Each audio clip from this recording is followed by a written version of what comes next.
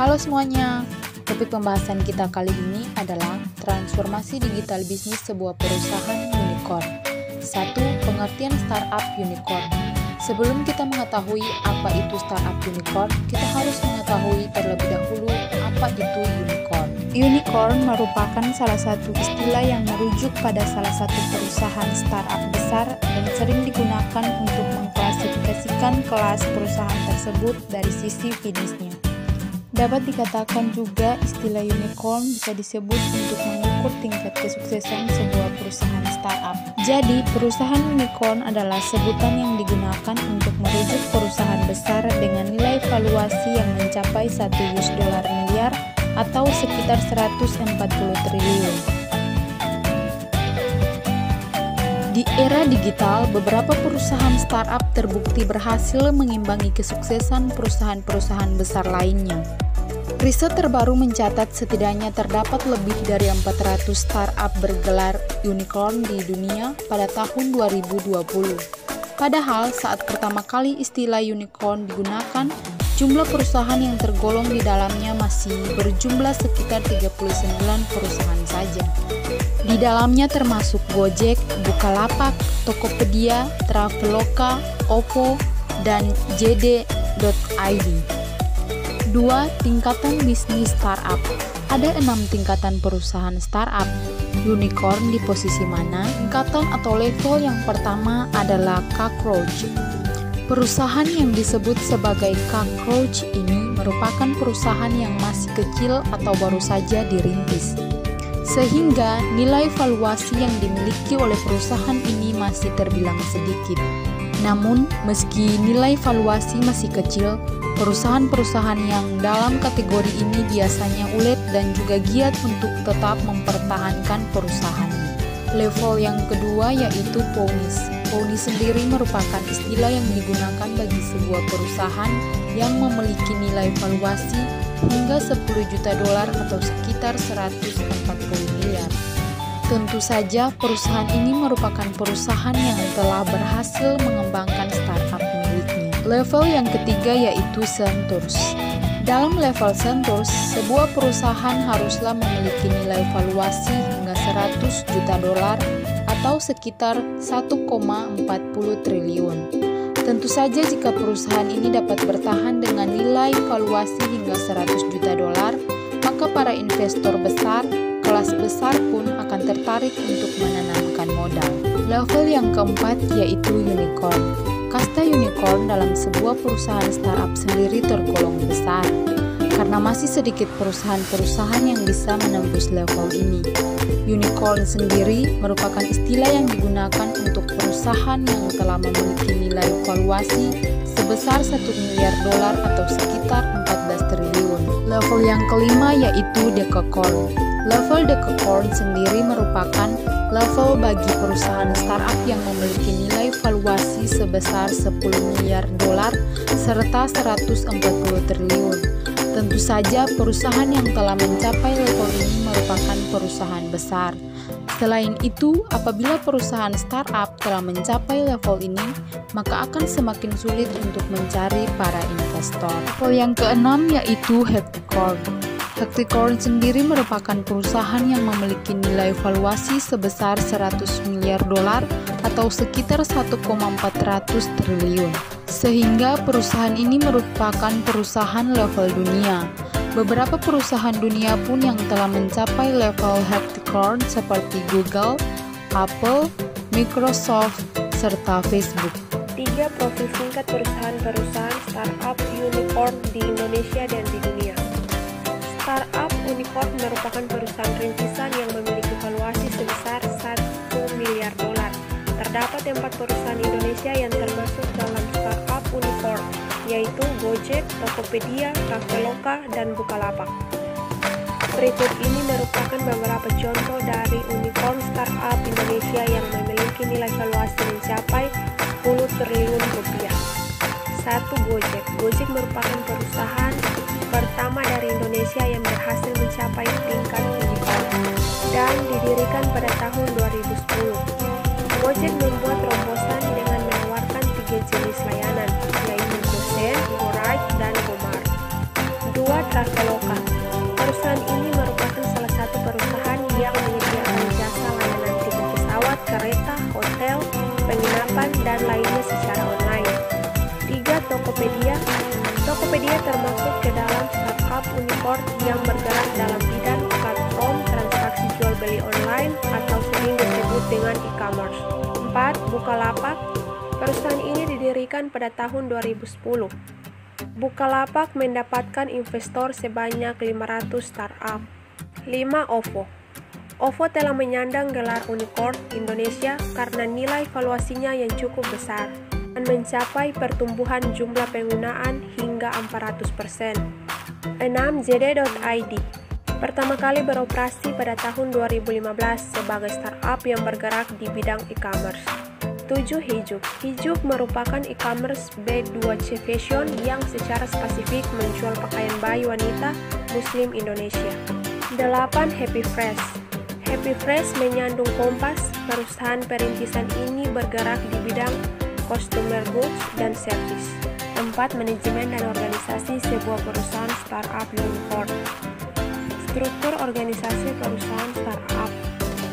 1. CEO atau Chief Executive Officer. Detail satu ini sangat umum ditemui, terutama di sebagian besar perusahaan startup. CEO bertindak sebagai pemimpin dan perwakilan perusahaan.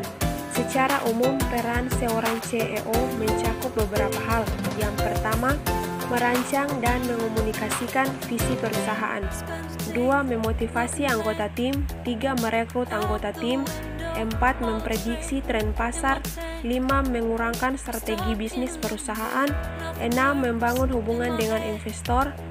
7. Mengatur biaya dan anggaran. 2. CTO atau Chief Technology Officer. Tanggung jawab sebagai CTO meliputi 1. Menyatukan pengembangan produk. 2. Memahami dan mengadopsi perkembangan teknologi. 3. Mengelola pengembangan produk. 3. CFO atau Chief Financial Officer.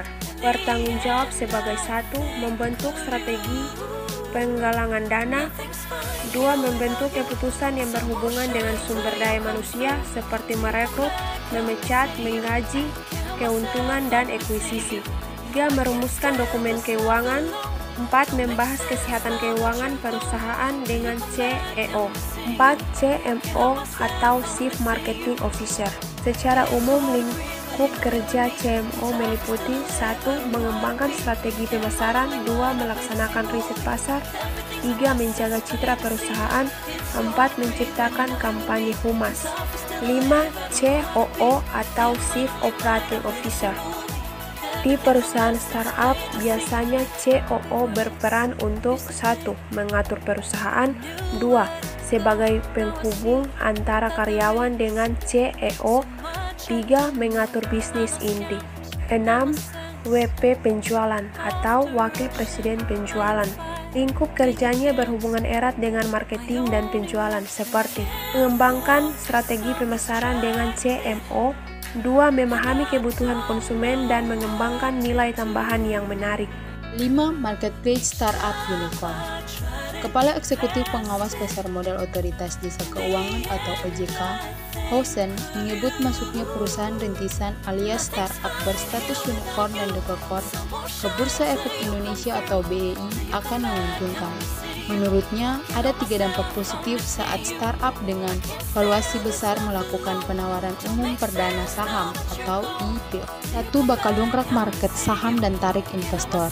Dampak positif pertama dari startup berstatus unicorn atau dekakorn yang IPO adalah market cap saham berpotensi terdongkrak di pasar modal Indonesia dan di BEI. Kedua, hal ini juga akan otomatis menarik lebih banyak investor termasuk investor asing. Ketiga, masuknya startup tersebut juga diprediksi akan lebih menggairahkan dagangan saham di Bursa Efek Indonesia. 2. Regulasi untuk unicorn dan dekakorn yang IPO. Hosen mengatakan OJK bekerja sama dengan seluruh stakeholder termasuk Self-Regulatory Organization atau SRO sedang menyiapkan regulasi yang sesuai dengan karakteristik unicorn dan dekakorn tersebut untuk IPO. Berdasarkan praktik di internasional untuk melindungi visi dan misi perusahaan yang dibangun oleh para pendiri dalam menjalankan dan mengembangkan bisnisnya, diperlukan pengaturan yang sesuai karakteristik bagi unicorn maupun dekakon tersebut untuk dapat melakukan penawaran ini. 3. Penerapan MVS penting agar pengendalian terjaga.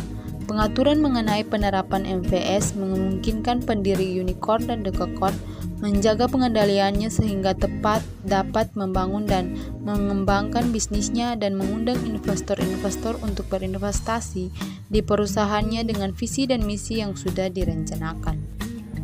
6. Platform bisnis startup unicorn. Platform ekonomi berbagi merupakan konsep yang belum stabil dan akan terus berkembang. Hal ini dibuktikan dengan berbagai jenis platform sharing ekonomi yang berkembang. Khususnya di Indonesia, banyak aplikasi yang dibuat, namun hanya sedikit aplikasi yang berhasil dalam bisnisnya, bahkan sampai ke unicorn. Mereka adalah Gojek, Traveloka, Tokopedia, dan Bukalapak. Kajian ini menjawab pertanyaan bagaimana tipologi model ekonomi berbagai platform di Indonesia berhasil dengan mengambil 4 unicorn sebagai objek. 7. Kelebihan dan kekurangan unicorn. Kelebihan 1. Membuka lapangan pekerjaan. Sebagaimana bisnis-bisnis lainnya, bisnis startup atau unicorn juga akan membuka lapangan kerja. Tercatat banyak tenaga kerja yang terserap dari adanya unicorn di Indonesia.